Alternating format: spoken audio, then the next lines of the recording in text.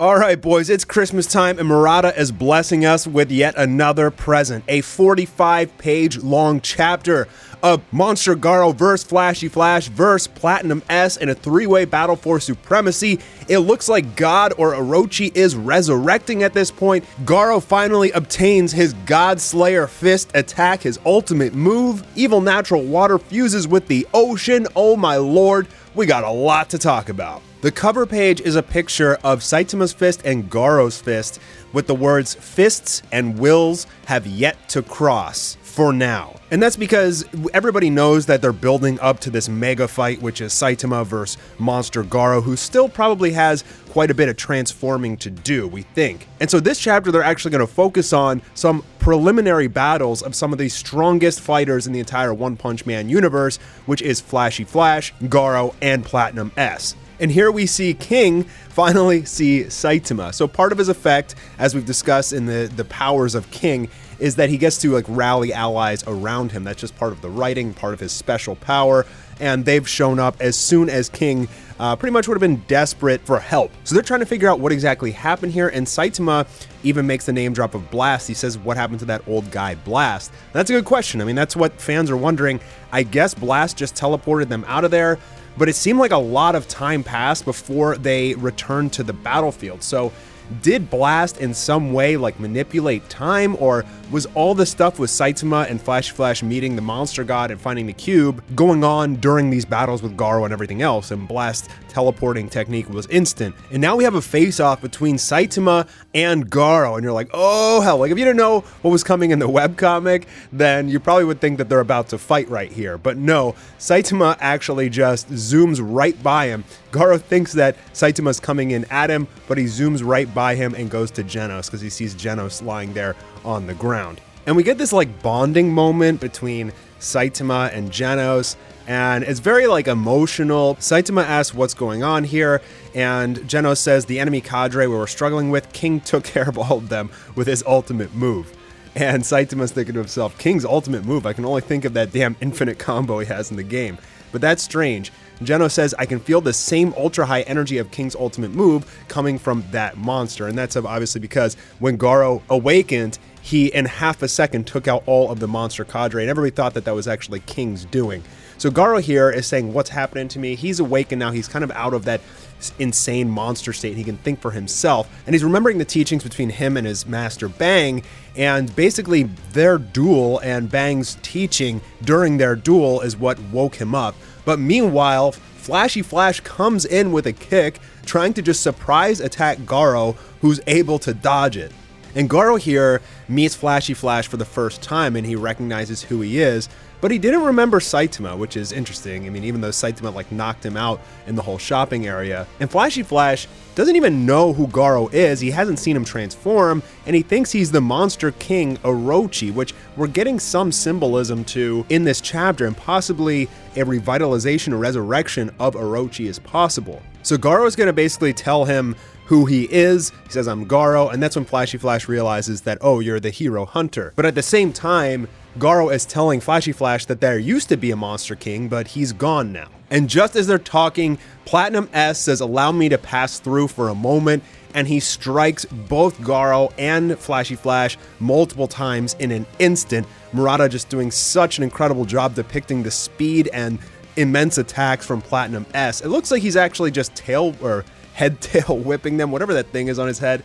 Maybe that's whipping them, or he attacked them through. But this is also a playback to a webcomic chapter as Golden S was going on a rampage. Now it looks like Flash and Garo were able to block those attacks, and Platinum S acknowledges that Garo has monsterfied so much, but he still wants to go after them. Murata gives us this really creepy face of Platinum S, who says, we should have disposed of you from the very start. And yeah, most of the monsters hated Garo, but Garo was protecting him so he could evolve. Flashy Flash just dusts himself off, and he says, I'll take you both on. And now we're going to get this all-out war between three insanely strong super beings who all pride themselves on their speed. Garo cracks his knuckles, and he says, I'll take on anyone who wants to fight. Absolute evil is unbiased. Heroes, monsters, I will slaughter every last one of them and rise up to become the ultimate symbol of fear. Disaster level god. And with that, they all launch at each other, and we get this unbelievable combat sequence of these 3 turbo speedsters with insane power and martial arts and abilities just going at it. And Murata does not hold back. He gives us some insane double pages, and he starts to draw the way that they're moving in the sky, and their clashes are so fast that it basically looks like constellations in the sky. Look at this double page, man. This is just breathtaking. When I first turned the page and saw this, my jaw hit the table. I couldn't believe it. I love how he takes his time to zoom out of the battlefield, give you the sense of scale, give you the sense of speed and power and destruction, all in one beautiful double page picture. You can see how these constellations of attacks are starting to form in the sky because these people are moving at insanely high speeds. I just absolutely love it. King almost accidentally gives himself away in front of Genos, and then he realizes Genos is there, and he tells Saitama that Genos fought extremely honorable and he helped save Tatsumaki, and so obviously Saitama is very proud of his pupil Genos, who says, "Master, when the time came for me to self-destruct, I wasn't able to do it. Can one really say that I can become stronger?" And Saitama says, "I don't really get it, but you didn't blow up." And then Saitama puts his hand on Genos' chest where his core is, and we get this absolutely stunning double page colored by Murata, who, as Saitama is touching Genos' heart, says, "That means this part here got stronger too, doesn't it?" With the beautiful constellations of attacks between Flashy Flash, Garo, and Platinum S all going off in the sky. But this is this like super heartfelt moment in the middle of the battlefield after Genos put everything on the line, almost died, protecting people and fighting to the core. His master tells him that, "Hey, look, Pinocchio, like you're becoming a real boy, like your heart has gotten stronger." And this is a hugely sentimental and emotional moment between these two because Genos is always looking for that verification. He needs that validation to prove that what he's doing is good and he's getting stronger and he's doing the right thing. And so here Saitama is giving him that acknowledgement that he so desperately desires. And it's a really nice moment here in the manga, especially because it's very broken up in between all of this combat that's going on. So you're getting like the action you want, but you're also getting kind of this emotional side of One Punch Man as well, and character development, which is excellent. So now we're going to go back to the battle between the 3 superhuman beings, and these guys are just completely duking it out. They're all hitting each other, kicking each other away, attacking at light speed, and oh my god, when this is animated, it's just going to pop off, man. They got to put all their budget into this. I mean, well, obviously they got to save it for Garo versus Saitama, but this fight, I mean, to animate all this speed would be very, very difficult. So Platinum S acknowledges that Flashy Flash is weakened due to losing his main weapon and that he should focus on concentrating attacks with Garo to just take him out.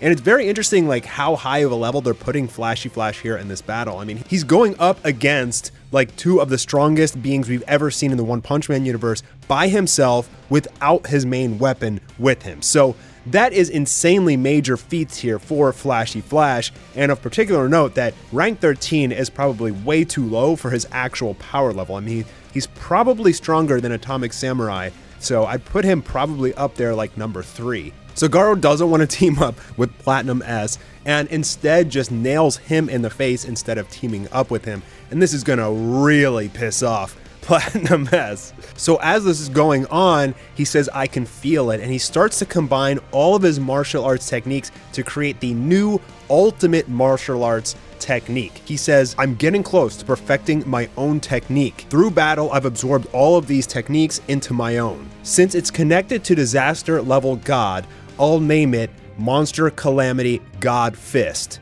But no, wait, this thing will be able to kill a god, so we'll call it Monster Calamity Godslayer Fist.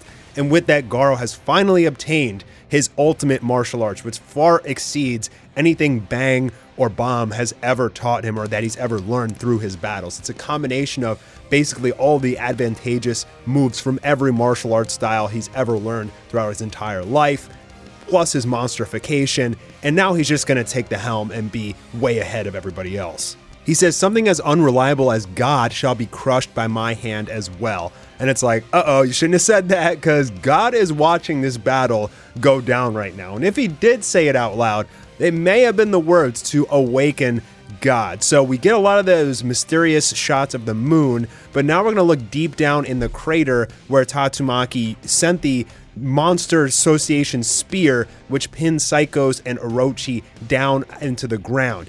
And we get a callback to the altar, which when we had the Saitama vs. Monster King Orochi redraw, they showed a lot of this altar. And the altar shows all of these monsters being fed to Orochi, who is being fed to God. So my first thought is like, God is awakening right here. Like something is happening, but something interesting also happens.